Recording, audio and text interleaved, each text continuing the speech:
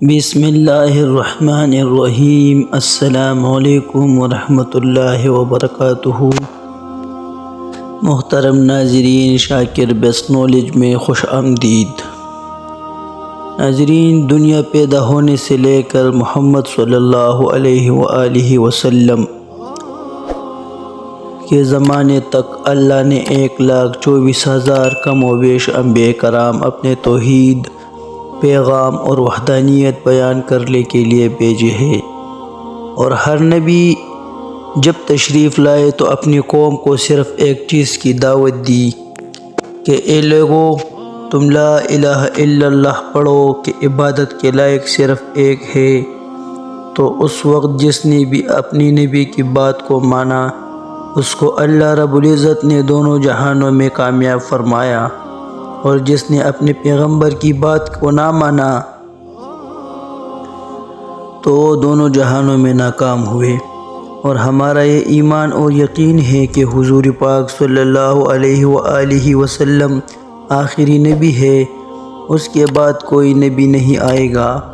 تو اب مسلمانوں کی رہنمائی کے لیے اللہ جل جلالہ نے قرآن اور نبی صلی اللہ علیہ وآلہ وسلم کی مبارک باتیں یعنی احادیث باقی چھوڑے ہیں۔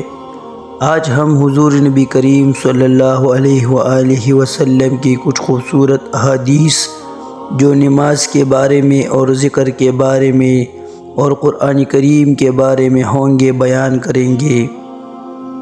اور حضور نبی کریم صلی اللہ علیہ وآلہ وسلم نے فرمایا کہ خوش رہے، تر و تازہ رہے میرے وہ امتی جو میرے احادیث کو سن لے، اس کو اپنے پاس محفوظ کرے اور دوسرے بھائیوں کے ساتھ بانٹ لے۔ تو نبی کریم صلی اللہ علیہ وآلہ وسلم کی اسی دعا کو اپنی طرف متوجہ کرنے اور اس پیاری دعا میں اپنا حصہ لینے کے لیے اپنا ناظرین سے التجا ہے کہ ویڈیو کو پوری کی پوری ضرور دیکھیے، تاکہ روز قیامت اپنے آقا صلی اللہ علیہ وآلہ وسلم کو یہ کہہ سکے کہ جب آپ کی حدیث میرے سامنے بیان کیے جاتے تو میں اسے بہت غور سے سن لیتا۔ اور اگر ویڈیو اچھی اور پیاری لگے تو چینل کو ضرور سبسکرائب کرے اور بیل آئیکن کو بھی پریس کرے، تاکہ اس طرح کی خوبصورت معلومات اور خوبصورت ویڈیوز میں آپ لوگوں کے ساتھ شیئر کرتا رہوں۔ فضائل قرآن سے ہم احادیث بیان کریں گے، یعنی قرآن کے بارے میں حدیث بیان کریں گے۔ حضرت عبداللہ بن عمر رضی اللہ تعالی عنہ نے حضور اقدس صلی اللہ علیہ وآلہ وسلم کا ارشاد نقل کیا ہے کہ قیامت کے دن صاحب قرآن سے کہا جائے گا کہ قرآن شریف پڑھتا جا اور بہشت کے درجوں پر چڑھتا جا اور ٹہر کر پڑھ، جیسا کہ تو دنیا میں ٹہر کر پڑھا کرتا تھا، بس تیرا مرتبہ وہی ہے جہاں آخری آیات پر پہنچے۔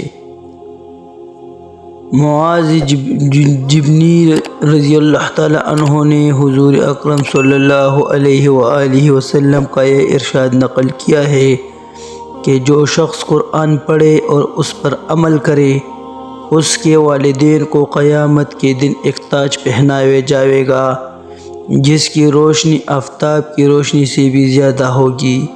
اگر وہ آفتاب تمہارے گھروں میں ہو، پس کیا گمان ہے تمہارا اس شخص کے متعلق جو خود عامل ہے۔ عبداللہ بن عمر رضی اللہ تعالی عنہ نے حضور اکرم صلی اللہ علیہ وآلہ وسلم سے نقل کیا ہے کہ دلوں کو بھی زنگ لگ جاتا ہے، جیسا کہ لوہے کو پانی لگنے سے زنگ لگتا ہے۔ پوچھا گیا کہ حضور صلی اللہ علیہ وآلہ وسلم، ان کی صفائی کی کیا صورت ہے؟ آپ صلی اللہ علیہ وآلہ وسلم نے فرمایا کہ موت کو اکثر یاد کرنا اور قرآن پاک کی تلاوت کرنا دل کی زنگ کو دھو دیتا ہے۔ حدیث نماز۔ ایک حدیث میں آیا ہے کہ جو شخص نماز کا اہتمام کرتا ہے، حق تعالی شانہ 5 طرح سے اس کا اعزاز اور اکرام فرماتے ہیں۔ ایک یہ کہ اس پر سے رزق کی تنگی ہٹا دی جاتی ہے، دوسرے یہ کہ اس سے عذاب قبر ہٹا دیا جاتا ہے، تیسرے یہ کہ قیامت کو اس کے اعمال نامے دائیں ہاتھ میں دیے جائیں گے، جن کا حال سورہ حاقہ میں مفصل مذکور ہے کہ جن لوگوں کے نام اعمال داہنے ہاتھ میں دیے جائیں گے وہ نہایت خوش و خرم ہر شخص کو دکھاتے پھریں گے۔ اور چوتھے یہ کہ پولیس رات پر سے گزرنے سے بجلی کی طرح گزر جائیں گے، پانچویں بغیر حساب جنت میں داخل ہوں گے۔ اور جو شخص نماز میں سستی کرتا ہے اس کو 15 طریقہ سے عذاب ہوتا ہے، 5 طرح دنیا میں، اور 3 طرح سے موت کے وقت، اور 3 طرح قبر میں، اور 3 طرح قبر سے نکلنے کے بعد۔ دنیا کے 5 تو یہ ہے، اول یہ کہ اس کی زندگی میں برکت نہیں رہتی، دوسری یہ کہ صلحاء کا نور اس کے چہرے سے ہٹا دیا جاتا ہے، تیسرے یہ کہ اس کے نیک کاموں کا اجر ہٹا دیا جاتا ہے، چوتھے اس کی دعائیں قبول نہیں ہوتی، پانچویں یہ کہ نیک بندوں کی دعاؤں میں اس کا استحقاق نہیں رہتا، یعنی اس کا حق باقی نہیں رہتا۔ اور موت کے وقت 3 عذاب یہ ہے کہ اول یہ کہ ذلت سے مرتا ہے، اور دوسرے بھوکا مرتا ہے، تیسرے پیاس کی شدت میں موت آتی ہے، اگر سمندر بھی پی لے تو پیاس نہیں بجھتی۔ قبر کے 3 عذاب یہ ہے، اول اس پر قبر اتنی تنگ ہو جاتی ہے کہ پسلیاں ایک دوسرے میں گھس جاتی ہے، دوسرے قبر میں آگ جلا دی جاتی ہے، تیسرے قبر میں ایک سانپ اس پر ایسی شکل کا مسلط ہوتا ہے جس کی آنکھیں آگ کی ہوتی ہے اور ناخن لوہے کے، اتنے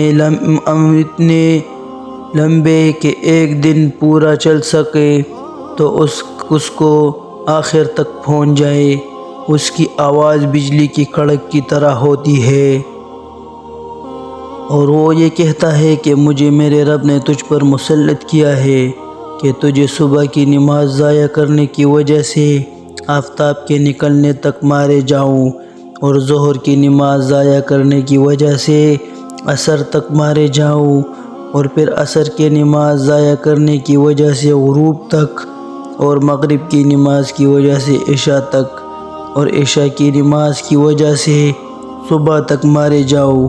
جب وہ ایک دفعہ اس کو مارتا ہے تو اس کی وجہ سے وہ مردہ 70 ہاتھ زمین میں دھس جاتا ہے، استغفر اللہ۔ اسی طرح قیامت تک اس کو عذاب ہوتا رہے گا۔ اور قبر سے نکلنے کے بعد کے 3 عذاب یہ ہے کہ ایک حساب سختی سے کیا جائے گا، دوسرے حق تعالی شانہ کا اس پر غصہ ہوگا، تیسرے جہنم میں داخل کر دیا جائے گا۔ یہ کل میزان 14 ہوئی، ممکن ہے کہ 15ویں بھول سے رہ گیا ہو، اور ایک روایت میں یہ بھی ہے کہ اس کے چہرے پر 3 سطریں لکھی ہوتی ہے، پہلی سطر اللہ کے حق کو ضائع کرنے والے، دوسرے سطر اللہ کے غصے کے ساتھ مخصوص، تیسری سطر جیسا کہ تو نے دنیا میں اللہ کے حق کو ضائع کیا، آج تو اللہ کی رحمت سے مایوس ہے۔ حدیث ذکر، حضور اقدس صلی اللہ علیہ وآلہ وسلم کا ارشاد ہے کہ لا الہ الا اللہ والوں پر نہ قبروں میں وحشت ہے نہ میدان حشر میں، یعنی جو لوگ لا الہ الا اللہ کی ورد زیادہ سے زیادہ کرتے ہیں اور اس کو اپنی تسبیح بناتے ہیں، گویا وہ منظر میرے سامنے ہے کہ جب وہ اپنے سروں سے مٹی جھاڑتے ہوئے قبروں سے اٹھیں گے اور کہیں گے کہ تمام تعریفیں اس اللہ کے لیے ہے جس نے ہم سے ہمیشہ کے لیے رنج و غم کو دور فرما دیا۔ دوسرے حدیث میں ہے کہ لا الہ الا اللہ والوں پر نہ موت کے وقت وحشت ہوگی نہ قبر کے وقت۔ حضور اقدس صلی اللہ علیہ وآلہ وسلم کا ارشاد ہے کہ حق تعالی شانہ قیامت کے دن میری امت میں سے ایک شخص کو منتخب فرما کر تمام دنیا کے سامنے بلائیں گے اور اس کے سامنے 99 دفتر اعمال کے کھولیں گے۔ ہر دفتر اتنا بڑا ہوگا کہ انتہائی نظر تک یعنی جہاں تک نگاہ جا سکے وہاں تک پھیلا ہوگا۔ اس کے بعد اس سے سوال کیا جائے گا کہ ان عمل ناموں میں سے تو کسی چیز کا انکار تو نہیں کرتا؟ کیا میرے ان فرشتوں نے جو اعمال لکھنے پر متعین تھے تجھ پر کچھ ظلم کیا ہے کہ کوئی گناہ بغیر کیے ہوئے لکھ لیا ہو یا کرنے سے زیادہ لکھ لیا ہو؟ وہ عرض کرے گا کہ یا اللہ، نہ انکار کی گنجائش ہے، نہ فرشتوں نے ظلم کیا ہے۔ پھر ارشاد ہوگا کہ تیرے پاس ان بدعمالیوں کا کوئی عذر ہے؟ وہ عرض کرے گا کہ یا اللہ، کوئی عذر بھی نہیں۔ ارشاد ہوگا اچھا، تیری ایک نیکی ہمارے پاس ہے، آج تجھ پر کوئی ظلم نہیں۔ پھر ایک کاغذ کا پرزہ نکالا جائے گا جس میں اشہد ان لا الہ الا اللہ و اشہد ان محمد عبدہ و رسولہ لکھا ہوا ہوگا۔ ارشاد ہوگا کہ جا اس کو تلوا لے۔ وہ عرض کرے گا کہ اتنے دفتروں کے مقابلہ میں یہ پرزہ کیا کام دے گا؟ ارشاد ہوگا کہ آج تجھ پر ظلم نہیں ہوگا۔ پھر ان سب دفتروں کو اپنے پلڑے میں رکھ دیا جائے گا اور دوسری جانب وہ پرزہ ہوگا تو وہ دفتروں والا پلڑا اڑنے لگے گا اس پر پرزہ کے وزن کے مقابلہ میں۔ بس بات یہ ہے کہ اللہ کے نام سے کوئی چیز وزنی نہیں۔ تو ناظرین، اگر ویڈیو اچھی لگی ہو تو ویڈیو کو لائک کریں، چینل کو ضرور سبسکرائب کریں اور بیل آئیکن کو ضرور پریس کریں تاکہ اس طرح کی خوبصورت معلومات، احادیث اور واقعات میں آپ دوستوں کے ساتھ شیئر کرتا رہوں۔ ملتے ہیں نیکسٹ ویڈیو میں، تب تک کے لیے اپنا خیال رکھیے۔ السلام علیکم ورحمۃ اللہ وبرکاتہ۔